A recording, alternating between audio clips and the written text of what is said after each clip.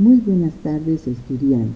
Bienvenidos a esta nueva clase de inmunología, donde vamos a conjuncionar nuestros conocimientos de la inmunidad adaptativa y de la inmunidad innata frente a la agresión de los virus y de las bacterias. Vamos a empezar con las respuestas antibacterianas. Hemos visto que el cuerpo humano está protegido por unas barreras naturales que constituyen la piel y las mucosas. Estas barreras naturales, por su estructura con queratina o con recubiertas de moco en el caso de las mucosas, van a evitar que las bacterias se adhieran a tejidos más profundos. La descamación de la piel lleva consigo también bacterias que se hubieran fijado en la superficie y van a ser eliminadas. Existen otros factores que intervienen en la eliminación de las bacterias, como por ejemplo la acidez del medio producido por las glándulas sudoríparas o la presencia de sebo que por su carácter hidrofóbico va a evitar que las bacterias se adhieran a orificios naturales o a la piel, ¿no? Estoy hablando del oído, donde tenemos gran cantidad de sebo, la piel también a través de las glándulas sebáceas, ¿no? Van a evitar que las bacterias se adhieran a estas estructuras y puedan pasar al tejido subcutáneo o submucoso, donde tenemos con situaciones de esterilidad, es decir, no hay microorganismos debajo de ellos. Entonces, estas estructuras van a restringir, van a evitar el ingreso de los microorganismos. La otra barrera natural es la competición que tienen la microbiota normal del aparato respiratorio superior, del aparato digestivo, del aparato urogenital principalmente. Estas mucosas o estos sistemas están en contacto con microorganismos que pueden ingresar ya sea con los alimentos, con la respiración o a través de las relaciones sexuales, en el caso del aparato genitourinario, y tienen una microbiota normal. Esta microbiota juega un rol muy importante también, porque ellos, al adherirse a los receptores celulares, van a evitar de que microorganismos patógenos ocupen estos sitios y puedan producir sus factores de virulencia, a través de los cuales pueden invadir y pasar estas barreras naturales.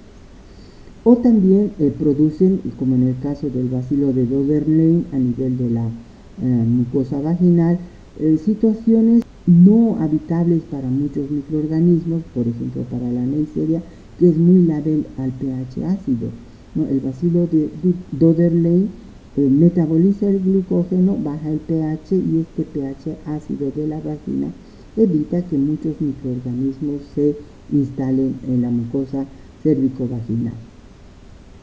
Muchas bacterias, sobre todo a nivel intestinal, también producen una serie de bacteriocinas que tienen esa función de limitar en cierta forma también la microbiota transitoria y los microorganismos patógenos que puedan ingresar. Cuando estas barreras naturales son rotas por cualquier mecanismo, se ponen en juego respuestas inmunitarias que en primera instancia son inespecíficas y posteriormente entran en juego las respuestas inmunitarias específicas. Dentro de las inespecíficas debemos citar a la fiebre, a la inflamación, a la participación del interferón gamma, la participación de las proteínas del sistema del complemento y a la fagocitosis. Y dentro de lo que es las respuestas específicas o adaptativas, tenemos a los anticuerpos y a los linfocitos T que hacen la inmunidad celular. Bueno, ¿cuál es el escenario? ¿Cómo participan estas células que las hemos visto tal vez en forma independiente. Cuando se rompe la barrera epitelial o mucosa, las bacterias ingresan a esta zona submucosa o subepitelial, que normalmente es estéril. Esta región submucosa o subepitelial, si ustedes quieren, está controlada, está resguardada por la acción de una gran variedad de células, como ser, por ejemplo, las células dendríticas inactivas, los macrófagos, hay linfocitos B de tipo B1, los neutrófilos, y también hay otro tipo de linfocitos como los natural killers, las células linfoides innatas o los ILCs, los linfocitos T gamma delta, es decir, son linfocitos que pertenecen a la familia T y que sus receptores de antígeno son cadenas proteicas diferentes de los linfocitos de CD4, que son alfa beta, estas son gamma delta, y que no tienen correceptores CD4 y CD8. Y a través de estos SRs, de estos linfocitos, se van a reconocer ¿qué cosa? Van a reconocer a los PAMPs y a los DAMPs, o sea, cuando se produce el daño o la destrucción de la barrera, hay lisis también de células normales, células epiteliales, endoteliales, hay fibroblastos dañados y se liberan proteínas citosólicas y nucleicas que van a ser reconocidas por estos soldaditos que están patrullando los tejidos subcutáneos y submucosos, y al reconocer estos patrones moleculares asociados a patógenos, van a estimular producción de mayor cantidad de receptores en la superficie de estas células para que reconozcan a los PAMPs y a los DAMPs. Estos PAMPs están representados pues por las estructuras bacterianas, ¿no? Los flagelos de las bacterias, los lipopolisacáridos presentes en las bacterias gram negativas, el peptidoglicano presente principalmente en las bacterias gram positivas, los ácidos lipoteicoicos, el lípido A, esas estructuras que no las tenemos y que sí tienen las bacterias. Entonces, esas van a ser reconocidas por estos receptores de PAMPs y de DAMPs, y que van a producir una estimulación, una activación de estas células que van a empezar a producir una serie de citocinas que van a terminar en un proceso inflamatorio. Entre las citocinas tenemos a la interleuquina 1, la interleuquina 6, el factor de necrosis tumoral de tipo alfa, que hacen a la respuesta de fase aguda. También tenemos a la interleuquina 12, a la interleuquina 17, a la interleuquina 22, y también es importante citar aquí a las proteínas que hacen el sistema del complemento. La interleuquina 1 y el factor de necrosis tumoral alfa son los que van a iniciar la respuesta inflamatoria local, y además estos se comportan como pirógenos endógenos, es decir, van a pasar a la circulación sanguínea y van a ir a estimular, o no estimular, a desregular, si ustedes quieren, el centro termorregulador en el cerebro para la producción de temperatura. Es importante hablar sobre el complemento en esta fase innata, porque al activarse el complemento, que es una proteína que sale de la circulación sanguínea, se va a activar a través de estos PAMPs, sobre todo el lipopolisacárido, el ácido teicoico de las gram positivas, van a activar al complemento por la vía alterna. Hemos visto que el complemento puede activarse por tres vías: la vía clásica, la vía alterna y la vía de las lectinas. La vía alterna es activada por estas proteínas extrañas que van a hacer que el C3 se clive en dos fragmentos o en tres fragmentos, el C3A, el C3B y el C3D.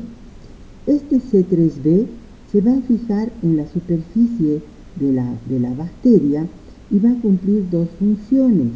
Una de las funciones es que va a opsonizar a la bacteria de tal manera que los receptores que tienen para C3B las células fagocíticas se fijen al C3B y faciliten su ingreso dentro de las células fagocíticas. Si no hubiera célula fagocítica, el C3B, ¿qué va a hacer? Va a actuar sobre el C5 y lo va a clivar también en dos fragmentos, el C5B y el C5A. El C5B, que también se va a adherir en la superficie de las células, ¿qué es lo que va a hacer? Va a atraer a este sitio a las otras proteínas del complemento, formando el complejo de ataque a la membrana, que van a dar lugar a la formación de un poro y lógicamente la lisis de la bacteria. El C3D, que es otro fragmento que resulta del clivaje del C3, el C3D va a activar un tipo de linfocitos B que también se encuentran en los tejidos mucosos en pequeña cantidad, expresando sus receptores, sus BCRs, que son inmunoglobulinas M e inmunoglobulinas D, que van a tener la capacidad de reconocer a moléculas repetitivas grandes o polisacáridos que hacen la cápsula de las bacterias y activar al linfocito B para la producción de anticuerpos, principalmente de la clase IgM. Este mecanismo de reconocimiento y activación del linfocito B por estos superantígenos es estimulado por el C3D, que proviene del complemento. Pero juegan un rol muy importante esos otros péptidos que resultan del clivaje del complemento, que son el C3A y el C5A, y en cierta forma el C4B. ¿Qué pasa con estos péptidos? Estos péptidos tienen funciones quimiotácticas, es decir, que van a ser los que van a atraer a este sitio de replicación de las bacterias a mayor cantidad de neutrófilos y de células fagocíticas que se van a encargar de la destrucción de estas bacterias. Esa es la quimiotaxia, pero también tienen funciones de anafilatoxina, a través de las cuales van a producir una vasodilatación de los capilares o los vasos sanguíneos que se encuentran en la región, permitiendo una separación de las células endoteliales y la salida por diapédesis de las células monocíticas y polimorfonucleares que se encuentran en la circulación sanguínea. Además de que van a salir otras proteínas, también las proteínas del complemento en mayor cantidad, dando lugar a la acumulación de estos productos en este sitio, dando como resultado la formación del inflamosoma. El inflamosoma que a través de las citocinas, la IL-1, la IL-6 y el factor de necrosis tumoral alfa, van a dar lugar a una respuesta de fase aguda. Esta respuesta de fase aguda se caracteriza porque se van a producir o se van a liberar de los vasos sanguíneos y se van a estimular también la producción de la proteína C reactiva. También las proteínas del complemento y algunas proteínas de la coagulación, como sobre todo el factor 12 o el factor de Hagemann. Este proceso inflamatorio que se caracteriza por la vasodilatación, el aumento de la permeabilidad por acción de las citocinas y los factores de la coagulación, van a traducir la expresión de la inflamación que se caracteriza clínicamente por la presencia de rubor, de calor, o sea, se pone roja esta zona con temperatura, además que está hinchada, lo que da lugar a un falso tumor, y dolor, lógicamente, por la compresión de las terminaciones nerviosas. Esos son los síntomas del proceso inflamatorio en esta primera fase aguda. Es importante hacer notar que esta inflamación es incrementada por acción de la activación de dos enzimas intracelulares de neutrófilos, células epiteliales, células endoteliales, la lipooxigenasa y la ciclooxigenasa, que van a actuar sobre el ácido araquidónico que se encuentra en las membranas de estas células para producir prostaglandinas y leucotrienos, que también juegan un rol muy importante en el proceso de la inflamación. Bien, vamos a ver como mecanismo importante de la respuesta innata a las células fagocíticas. Los factores quimiotácticos constituidos por el C3A, el C5A, la formin-metil-leucina fenilalanina producidas por las bacterias y las quimioquinas, la interleuquina 1, la 6 y el factor de necrosis tumoral producida por las células epiteliales van a atraer al sitio de ingreso de la lesión a los fagocitos, que van a salir de la circulación sanguínea gracias a ese mecanismo de vasodilatación o de inflamación. Además, las bacterias se van a unir a través de receptores para el fragmento C3b, receptores de unión a la vanosa que activan el complemento por la vía clásica y la vía de la lectina, y también los fagocitos van a presentar en su superficie algunas lectinas, que son proteínas que se unen a azúcares que se encuentran en la superficie celular, y las fibronectinas, que también fijan en su superficie a las bacterias, facilitando su fagocitosis, ¿no? En la vacuola fagocítica, ¿qué es lo que va a ocurrir? En la vacuola fagocítica van a ocurrir dos situaciones: la destrucción de la bacteria a través de la unión con los lisosomas. Los lisosomas, cargados de gránulos de enzimáticos como la lisozima, la lactoferrina, la catepsina, van a producir la degradación de las proteínas y otras estructuras de las bacterias, y además, ese es el mecanismo oxígeno independiente. Además, van a producir a partir del oxígeno radicales tóxicos del oxígeno, como ser el oxígeno singlete, el superóxido, que se conoce con el nombre de estallido respiratorio, y que van a tener la capacidad de inactivar a las bacterias. Eso ocurre en las células neutrófilas y en las células fagocíticas, en realidad. Los neutrófilos tienen la característica de ser células de vida corta. Ellas, una vez que han cumplido su función de destrucción, mueren en el sitio, no migran a ningún lugar y son las responsables de la formación de la pus.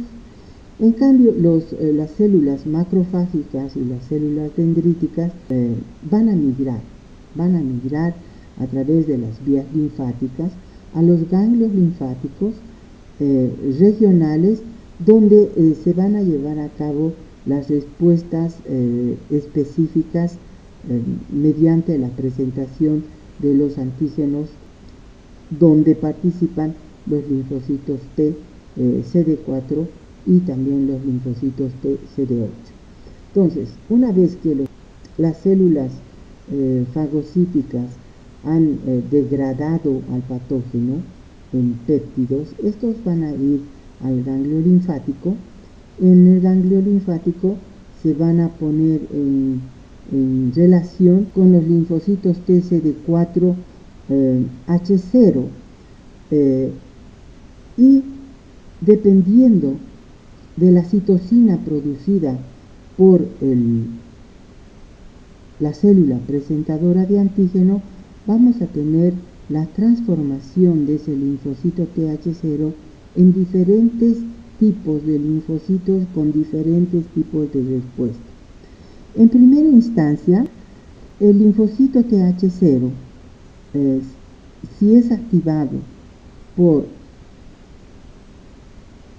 la interleuquina 6, el factor de crecimiento tumoral, el TGF de tipo beta, va a estimular al TH0 lo va a transformar este TH0 en un linfocito TH17. Este TH17, ¿qué es lo que va a hacer? Va a producir la interleuquina 17, la interleuquina 21, la 22 principalmente, que van a producir los péptidos antibacterianos que pertenecen a las familias de las defensinas, las catelcidinas y las histatinas. Estos péptidos juegan un rol muy importante en la defensa inespecífica.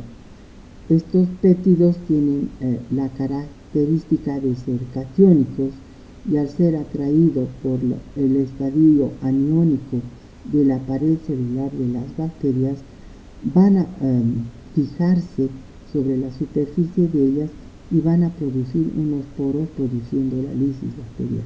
Entonces esta respuesta va a formar mayor cantidad de estos péptidos que van a ir a jugar un rol importante en la respuesta inespecífica, van a incrementar la producción de neutrófilos y van a activar a las células epiteliales, produciendo las prostaglandinas, dando lugar al inflamosoma, a la inflamación, que es el primero en ponerse en funcionamiento, ¿no? En actividad.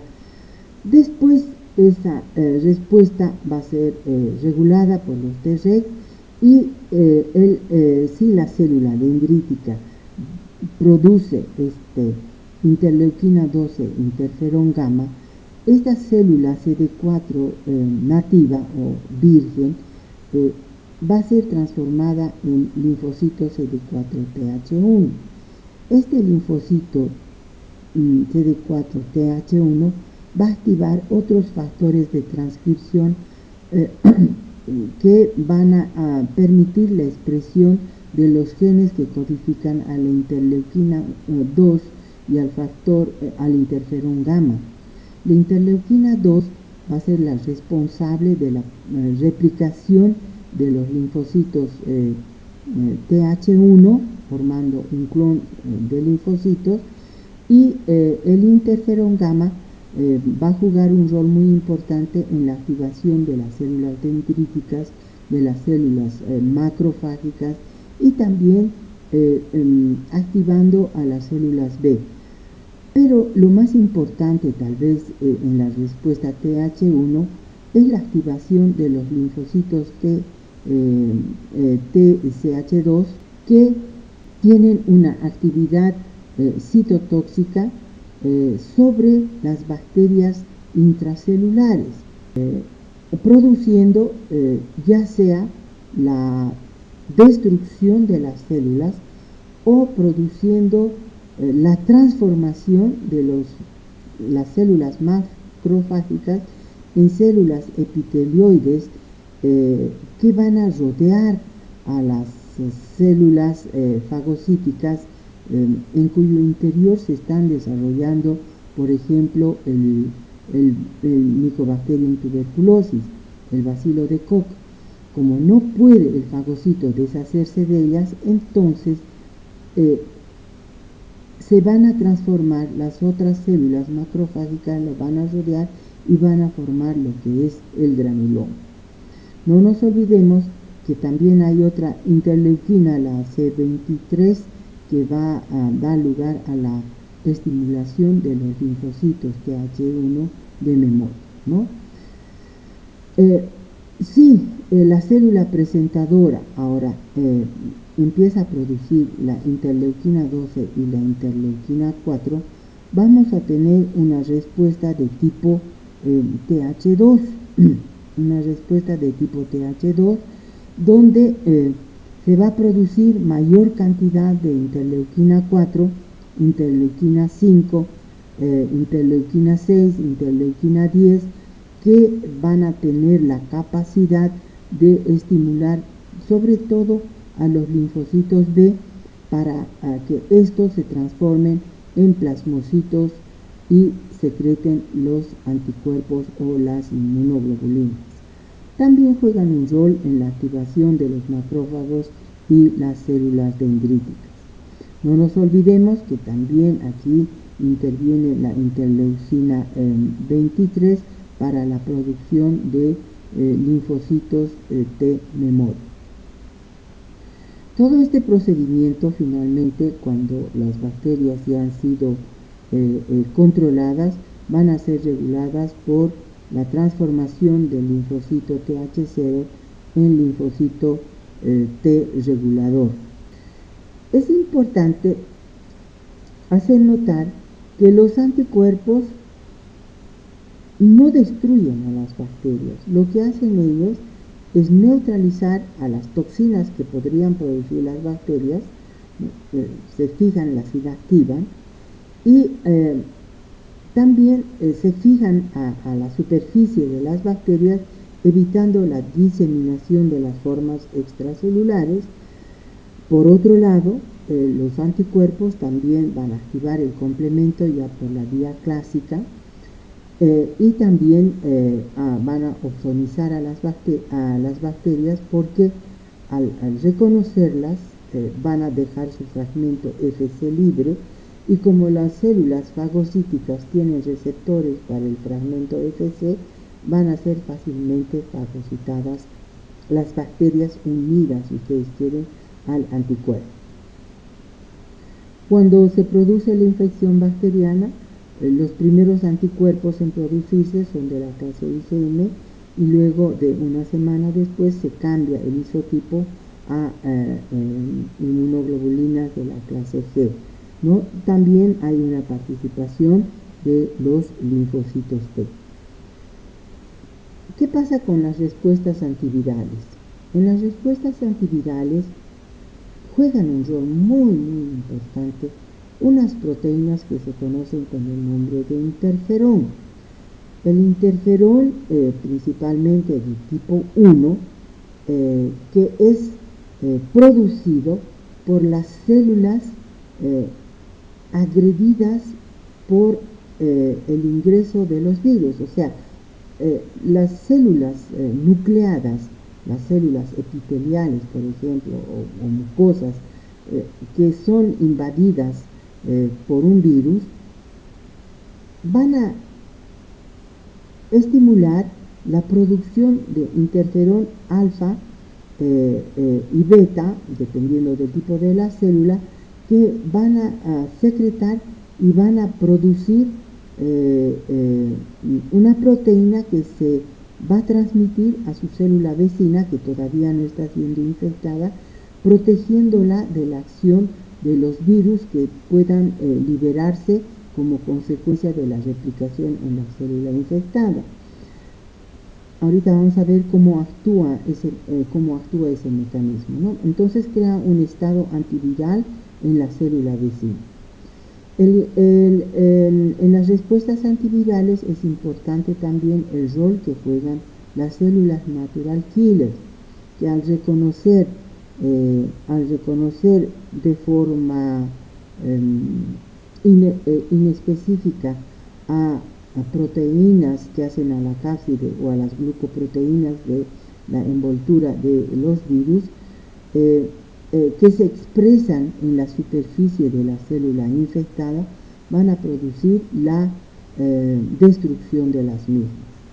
Un mecanismo similar tienen los linfocitos TCD8 citotóxicos que a través de la presentación del antígeno de la célula infectada a estos linfocitos van a producir la muerte de las células infectadas.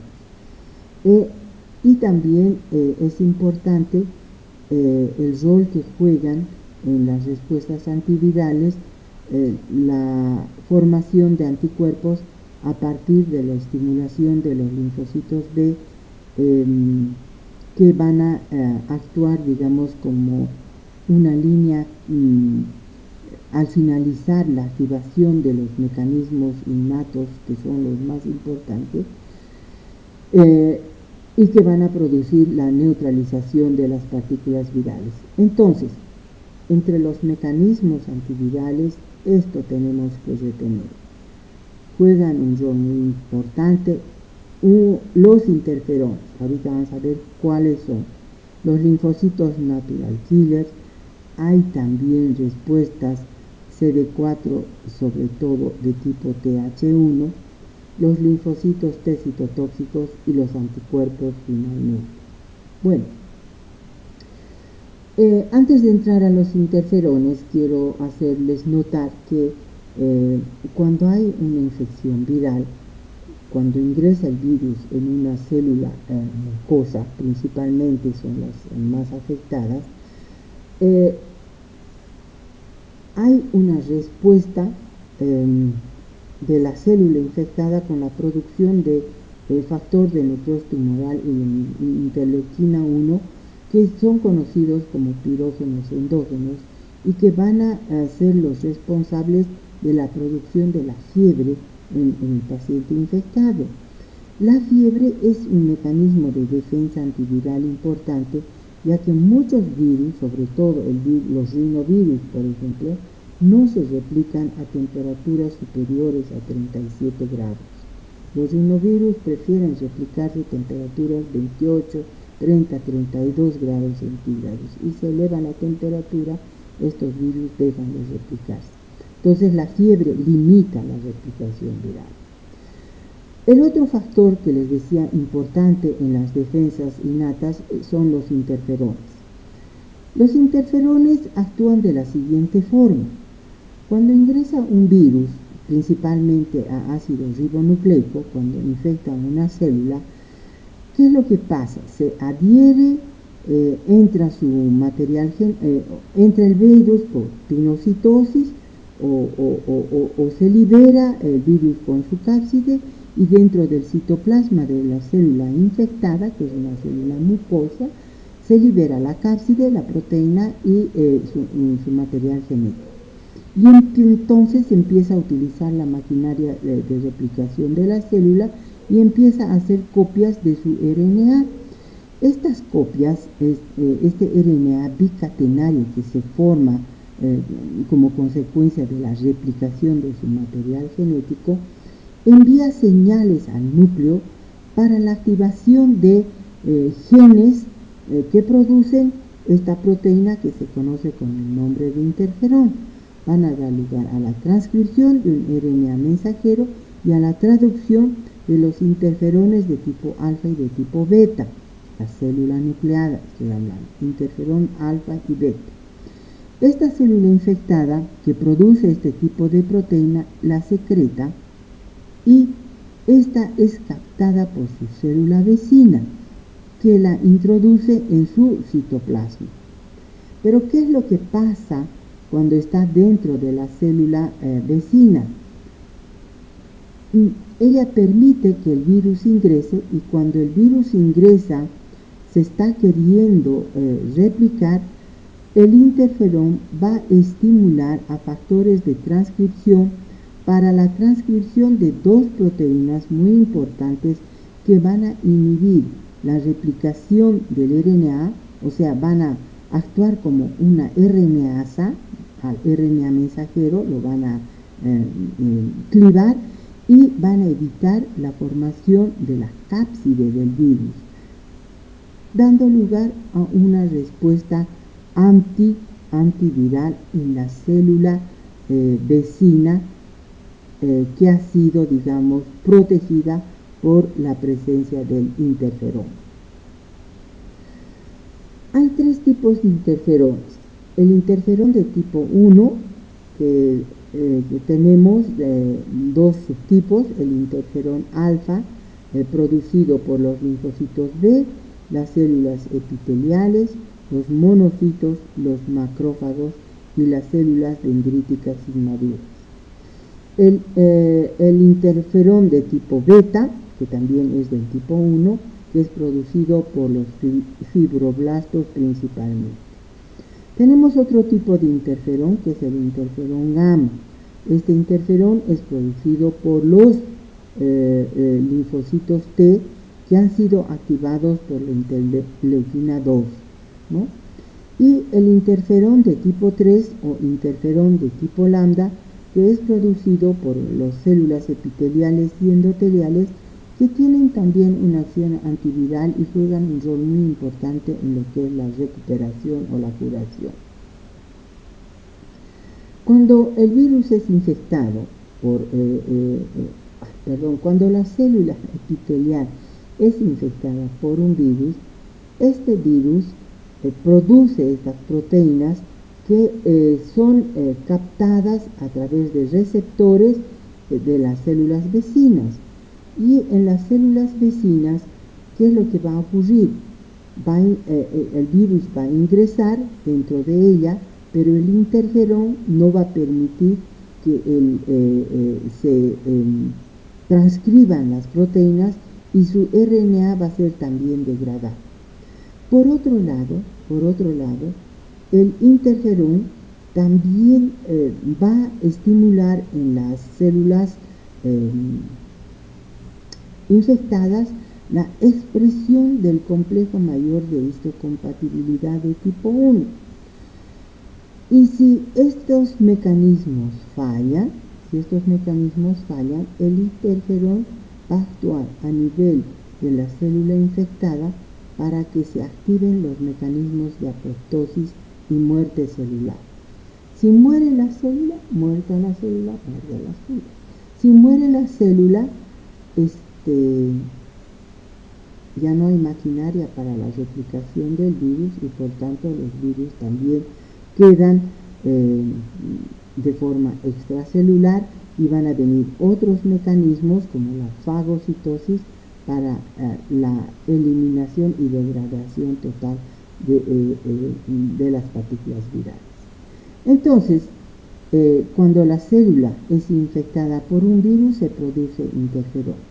El interferón va a enviar señales a su célula vecina para que cuando ella sea infectada destruya al material genético, al genoma del virus y evite la síntesis de las proteínas que hacen a la cápside del virus. O si estos mecanismos fallan en la célula, el interferón va a inducir a la apoptosis de la célula infectada. Y finalmente los interferones también juegan un rol muy importante en la activación de las células inmunes. Esto es importante que retengan porque va a ser pregunta de examen. ¿Quién estimula la producción de interferón? El ARN bicatenario que se forma como consecuencia de la replicación de su material genético dentro de la célula nucleada infectada, ¿no? Este ARN bicatenario se forma porque el RNA del virus se copia en una plantilla similar para que ella sea el molde y se generen más genomas de RNA, es así como se replica el virus a RNA. O también, si es virus a DNA, ¿qué es lo que pasa? El DNA se va a copiar en un RNA mensajero. Este DNA-RNA también estimula la transcripción de factores de transcripción, mejor activa a factores de transcripción que tienen la particularidad de transcribir a los genes que codifican al interferón. Estas van a salir de la célula infectada, van a ser captadas por receptores que se encuentran en las células vecinas, y estos receptores van a introducir al interferón, que va a mandar señales al núcleo para que se produzcan dos proteínas muy importantes: una proteína sinasa, que tiene la capacidad de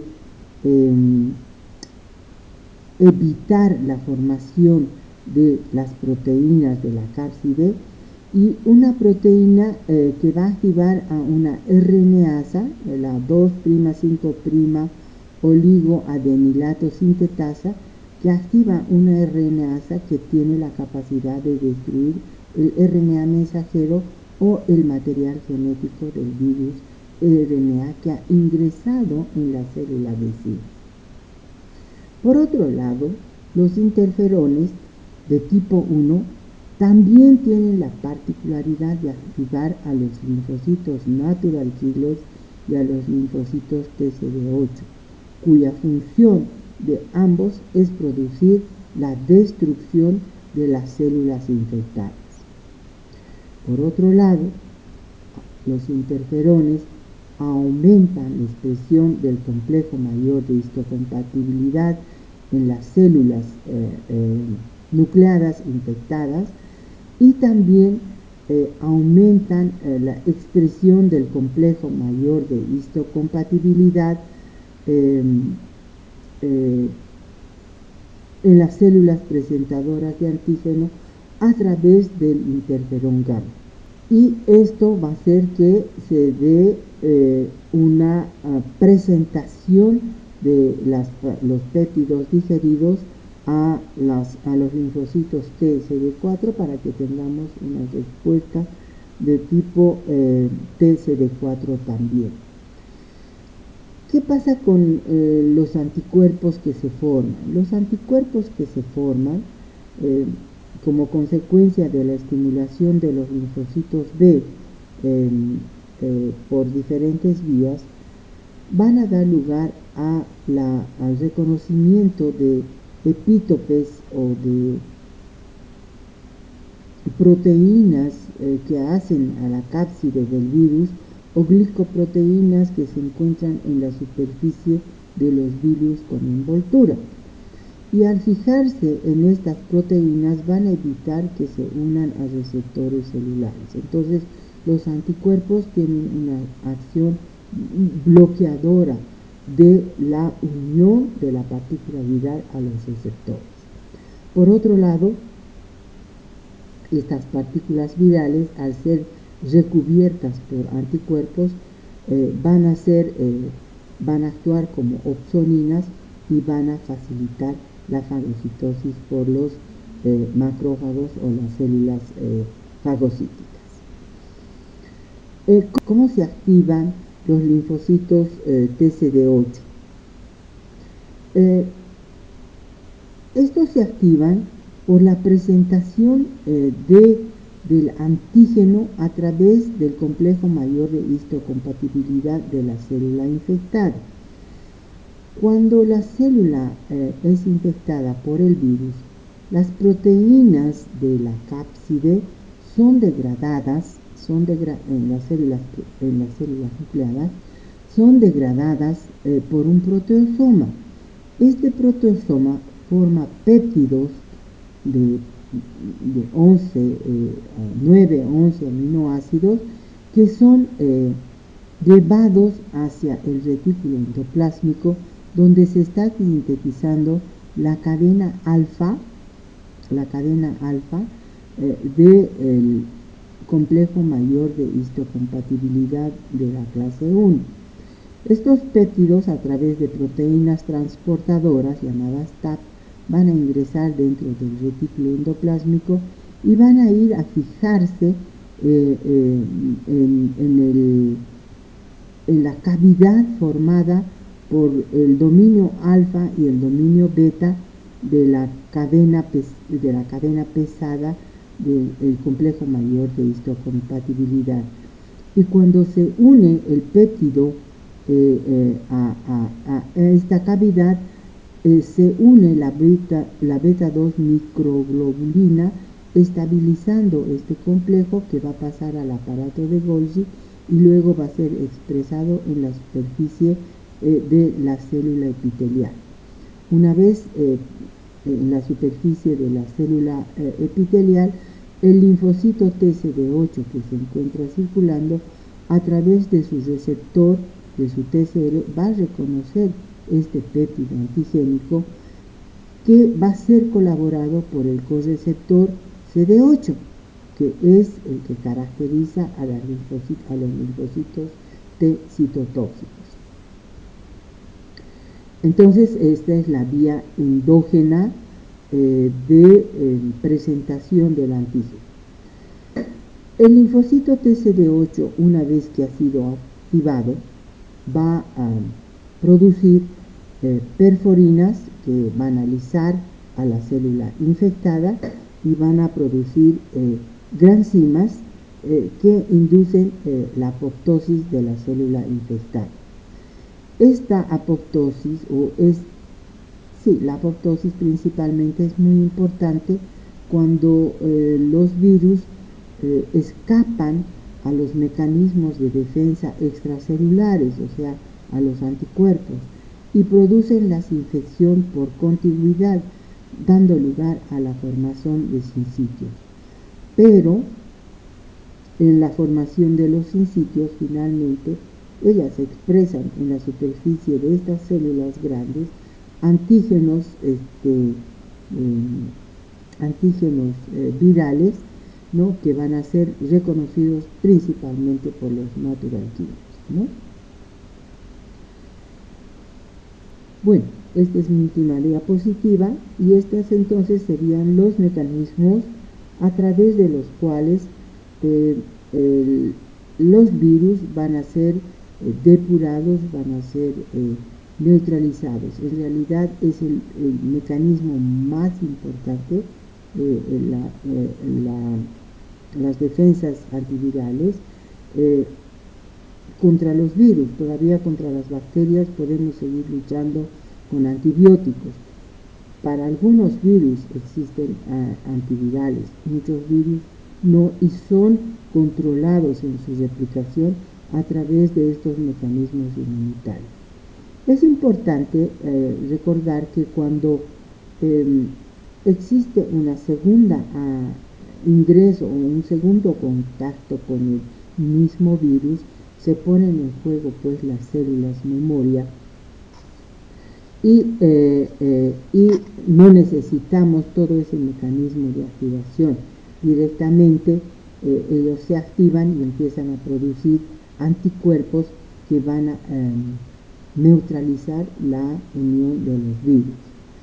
En las respuestas inmunitarias mediadas por anticuerpos, los primeros anticuerpos en aparecer, o sea, después de unos 7 a 10 días de producida la infección, empiezan a aparecer anticuerpos de la clase IgM. Estas permanecen por un tiempo de 7 a 15 días y luego son reemplazadas por inmunoglobulinas de la clase G y de la clase A. Estas, sobre todo en su forma secretoria, van a migrar a las superficies mucosas y van a cumplir ese rol de defensa contra las infecciones virales a nivel de mucosa. Bueno, con esto creo que hemos dado un pantallazo de lo que ocurre en las infecciones bacterianas y las infecciones virales. Muchas gracias por su atención.